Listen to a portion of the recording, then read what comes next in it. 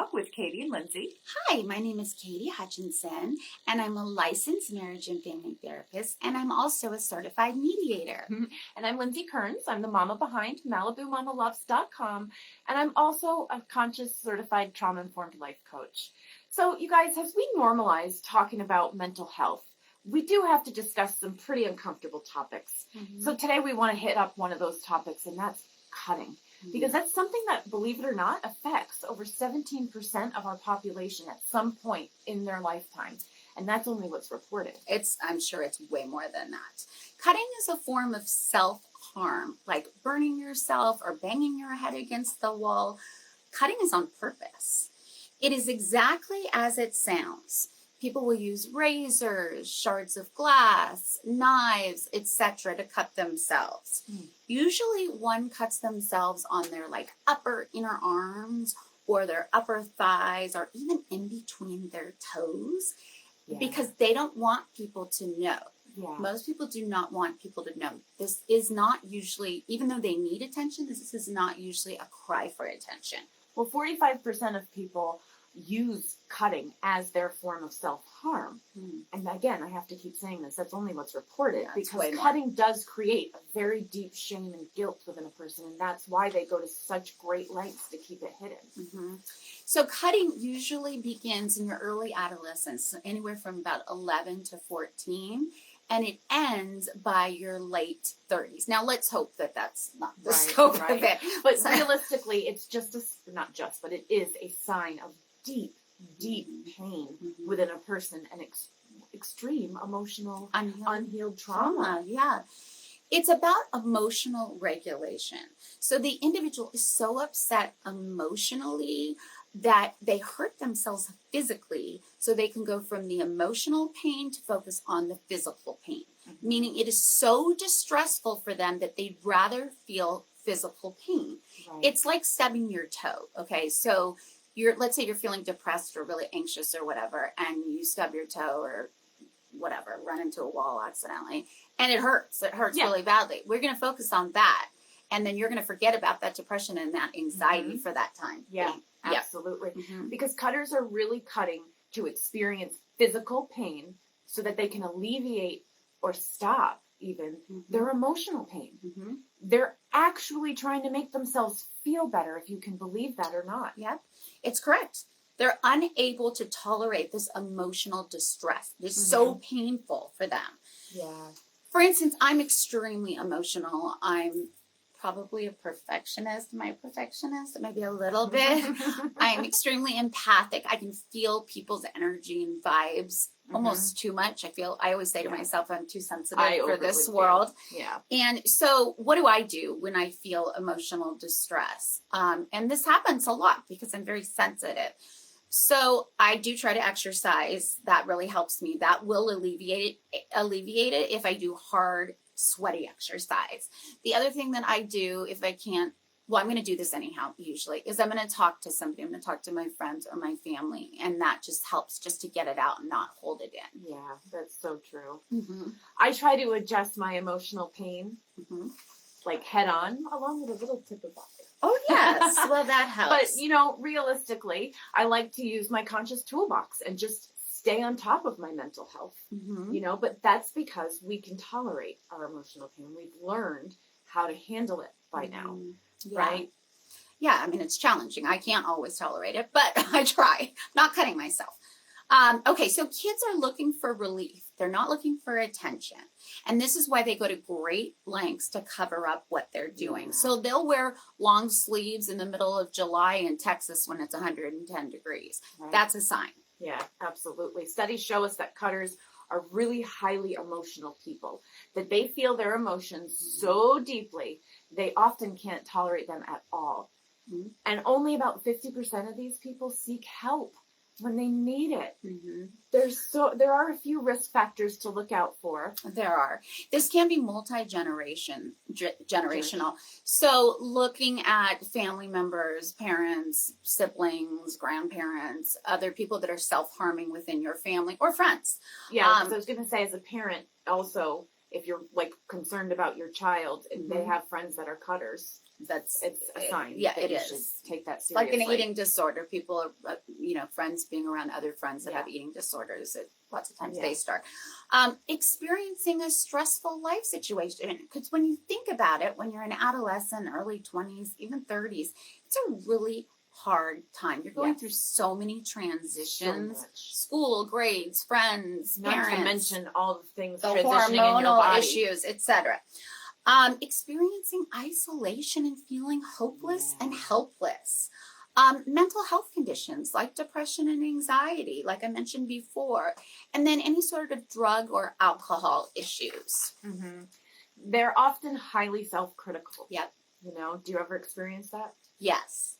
I think a lot of, especially women, women, because of society, you know, we have that tiny little voice in our head that we're supposed to be spouted. kind and we're supposed to always be good.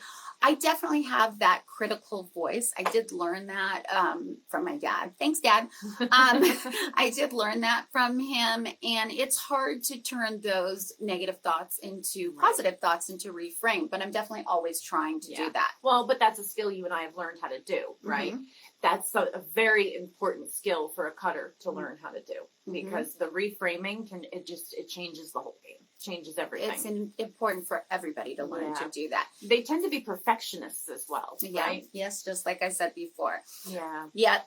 It creates almost like a calmness in them, an emotional numbness, if you will. It definitely does. Self-loathing definitely plays a part too.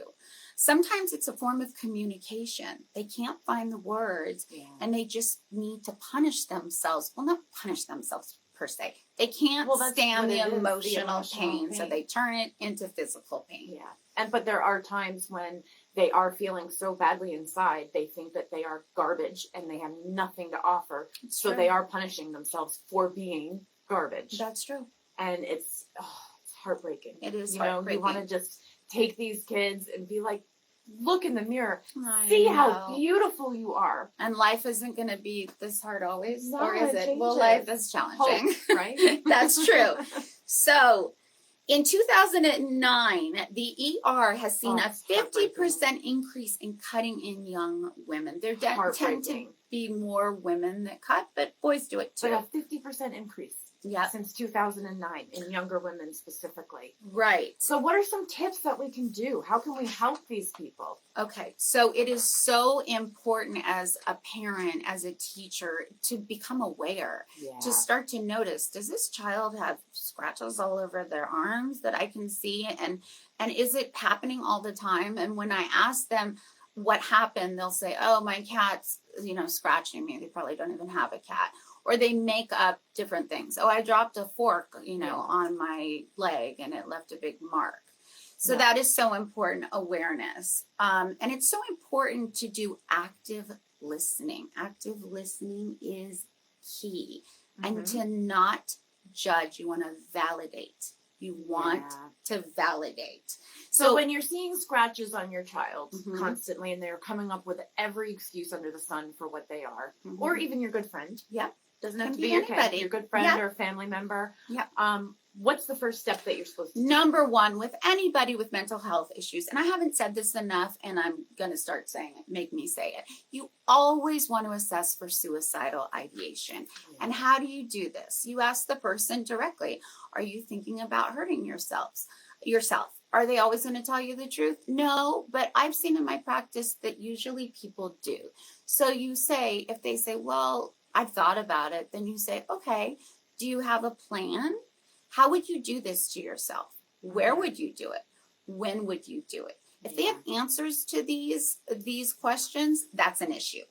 The second thing I would do is immediately take them to their doctor. You want to have their cuts checked to make sure there's no lasting infections. I mean, you don't know what they use to cut themselves with. Exactly. I'm sure it's not clean in there. So you definitely want to get them to their doctor. Yeah. And then you want to find a clinician that specializes in self-harm. This is something that I because enjoy you working really with. need to get to the root of the issue. This is all about deep, unhealed trauma. This person is in a lot of pain. So much pain that they're hurting themselves physically so they can numb that other pain. Mm-hmm. So finding your appropriate clinician, therapist, psychologist, psychiatrist, life coach, whatever it is that clicks for the person is imperative. It's all about the relationship between the therapist and the client.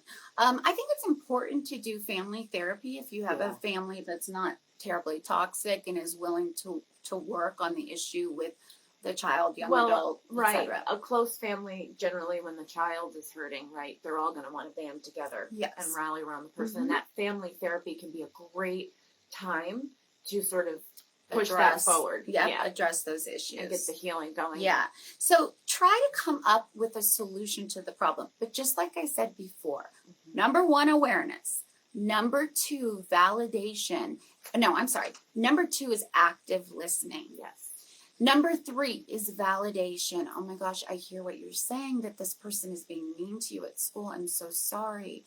Thank you for sharing that with me. Yes, thank you. And what can I do for you? All this needs to happen before you come up with a solution. And as parents and teachers, or even friends, it's not about you coming up with the solution. It's about the two of you working on it together, because the child or adolescent is old enough to work on a solution with the parent, and that's going to make them feel more in control. Well, the thing is with that is, if you're throwing solutions out at somebody, they're going to get even more frustrated with you, because it's like, well, how can you tell me? How you're not living my life? Exactly. You don't know me. How many times have we heard that? Exactly. So that's the most imperative thing, is to get them to come up with their solutions. Guide them in that way with questions. Yeah. Right? And being open, that active listening is so important. And to, support them in their solutions. Yeah. Maybe their first idea isn't going to be the best one, but instead of crushing it down, say, okay, well, we can try that. Or, let's keep thinking. Yep. What else could we try?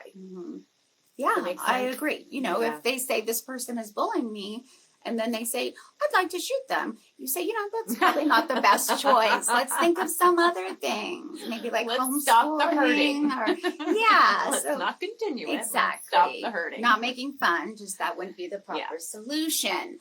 So, But my point is, in saying is that it's like, go easy, because you have to just keep in mind. And if you are the cutter, we hear you and we know that you're in so much pain. Yeah. You're not doing this for attention. And that's what you have to keep in mind if you're the friend or the counselor working with or noticing this in somebody else. They're not doing it for attention. They for sure do not want you going and blasting it from the rooftops. Hey, there's a cutter. No, they're trying to keep it hidden. They want it hidden because they're hurting so badly. So you have to remember that. When you're coming at them and talking to them, they're in a world of pain. They're not hearing you the way you're probably intending it either. And just think about is necessary. Definitely. And just think about your own emotional distress, how it feels. It's so painful when you're really upset emotionally. So then imagine that times 100. Especially at that age. That's what they're going through. Yeah. So, all right. Well, we hope this helps a little bit, you guys, because it is such an uncomfortable topic, but we do need to start talking about it. This is affecting our young girls and our young boys too, and our homosexual, the LGBTQA population. Actually, over 50% of that community, just that community alone, are cutters. They're in the whole area. That doesn't of pain surprise on their own. me. Yeah. So, you got to be aware of these things. And hey, if we can sit here and talk about it, and we're two moms in Southern California, so can you. Exactly. Right? Exactly. We need to start having these conversations. So give us a like, hit us up with a like down there, and give us some comments. We'd love to hear your tips, share your story. If you want to reach out, we're always here to talk to you guys, and we want to hear from you. Yes. Happy Wednesday. Happy Wednesday. Only 2 more days. And we have a special episode on Friday for you guys. Yes.